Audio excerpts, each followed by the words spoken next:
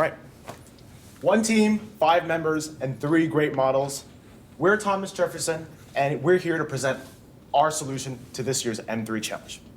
As climate change becomes an increasingly pressing issue, policymakers are looking towards alternate forms of transportation. Although electric cars are a viable EV option, we argue through our 3 models and results that electric bikes can be a more affordable, healthy, and sustainable form of transportation.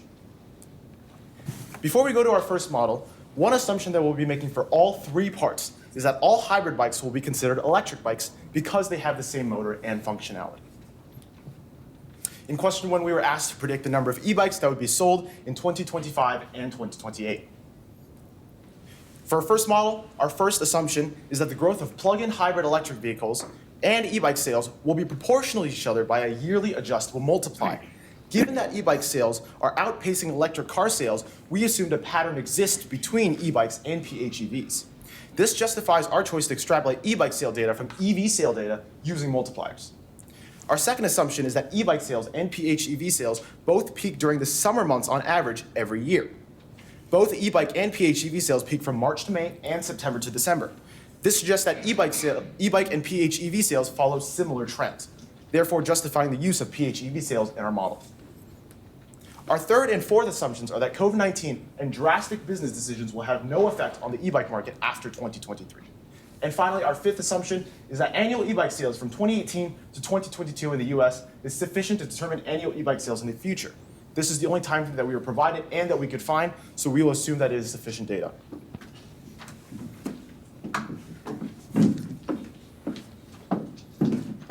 To develop our model, we first considered using a simple linear regression with the 5 data points on e-bike sales provided by the M3 challenge.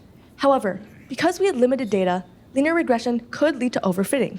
Furthermore, applying linear regression to the monthly e-bike sales obtained from our adjustable multiplier may lead to unrealistic predictions, since linear regression fails to take into account the seasonality exhibited in monthly e-bike sales. Instead, we used an autoregressive integrated moving average model, or ARIMA model, because it takes seasonality into account. The ARIMA model uses past data to predict future values, takes differences between adjacent data values until a stationary time series with no seasonality is obtained, and is linearly dependent on past error values.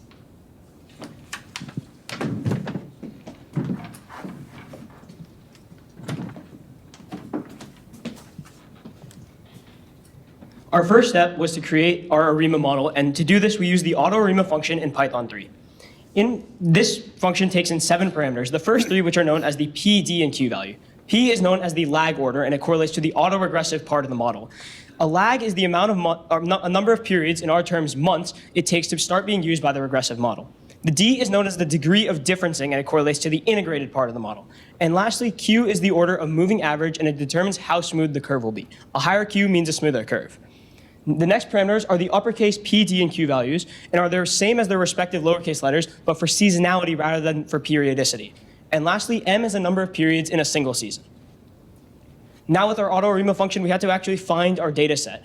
To do this, we needed monthly e-bike sales data. However, this data is not readily available. So as stated by one of our assumptions, we established a correlation between annual PHEV sales and annual e-bike sales and created a year-to-year multiplier. This multiplier was then applied to monthly PHEV sales to create a final data set of monthly e-bike sales. Now with a 60-month stretch of data and a working AutoARIMA function, we were able to create the graph you see on screen. The data shown in blue is the training data or original data set, and the data shown in orange is our predicted data. As you can see, the orange data does follow the trends we were expecting. It has a fluctuating, somewhat bimodal monthly distribution and a linear annual distribution over the time period. Here's our full data set of our results and our final answer to problem 1. We decided to depict results from January, April, July, and October to depict the seasonality that is exhibited by the model. As you can see, in April and October, there were peaks, meaning showing that in the spring and fall months, PHEV and e-bike sales data do peak. In the year 2025, for 2 years in the future, our model predicted 1,409,000 e-bike sales, and for 2028, 5 years into the future, our model predicted 1,911,500 sales. Next, we decided to do some sensitivity analysis for problem 1 using a percent error. We conducted a percent error between the actual sales of January 2023 to the predicted sales. The actual sales were 86,000 and the predicted were 82,400. This left us with a 4.1% error, which is less than the standard maximum for accuracy error, 5%, meaning our model was in fact statistically accurate.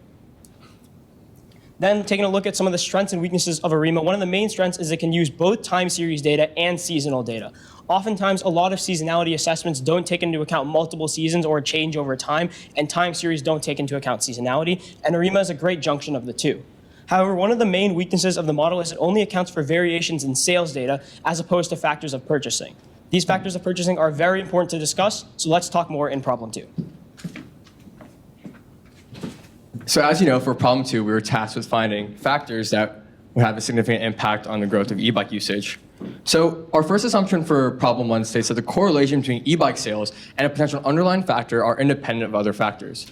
Our second assumption states that real disposable personal income can be used as a representative measure of personal finance in the United States. Our third assumption assumes that the buying rationale is similar among all consumers in the United States. Because there are so many factors that go into the consumer-making decision process, we want to assume a uniform rationale for the e-bike consumer base.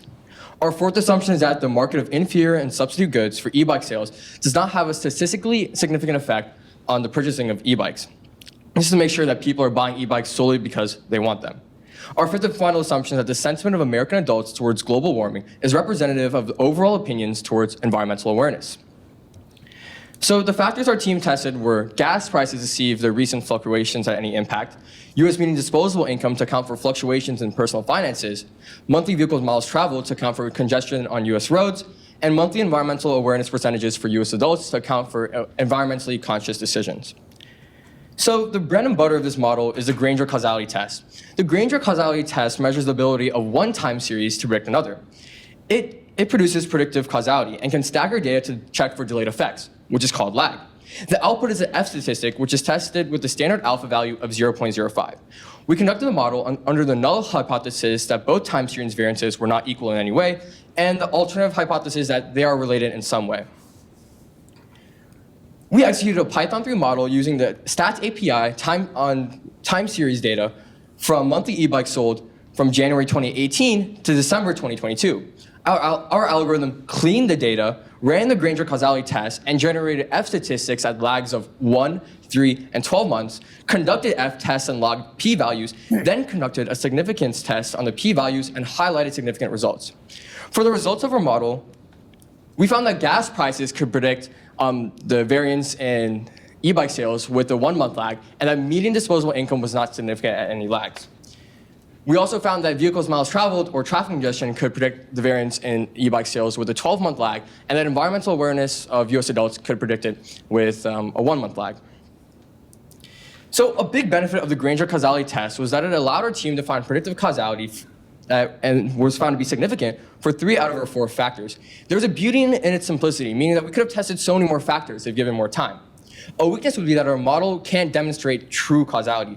However, when dealing with human decision-making, creating an experiment that can account for all of those factors that go into it is close to impossible, meaning predictive causality is the next best thing, which is fine. That just means that we need to infer from our results rather than conclude. Now that we've discussed the factors that contribute to e-bike sales growth, we'll discuss the impacts of this growth. So here's Rishi to talk more on that.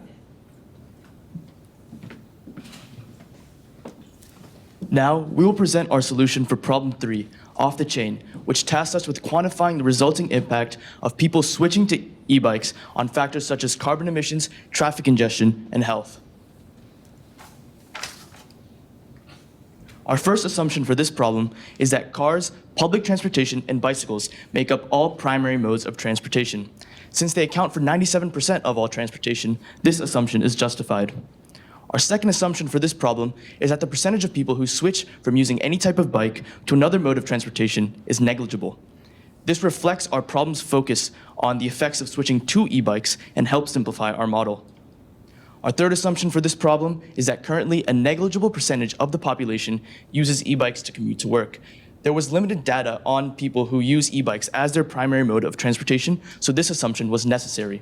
Our fourth and final assumption is that calories burned while using transportation are directly correlated to a user's health and wellness. Calories burned are the best available metric to gauge exercise, which is a crucial component of health and wellness.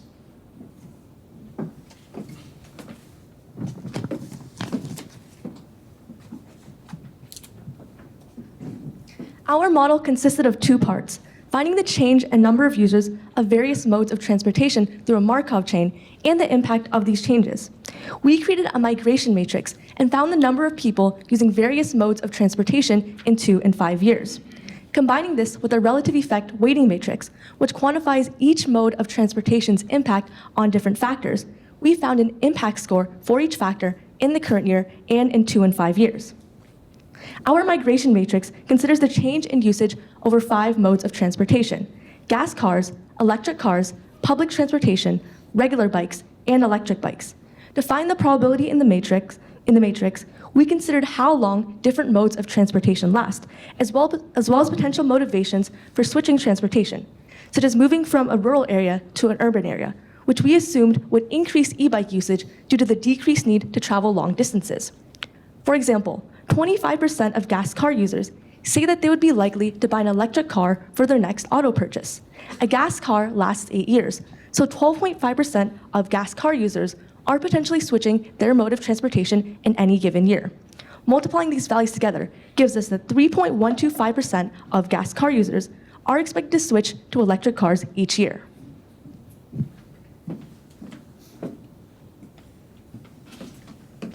As Laura discussed, the first part of our model was to calculate the expected changes in the transportation distribution across time.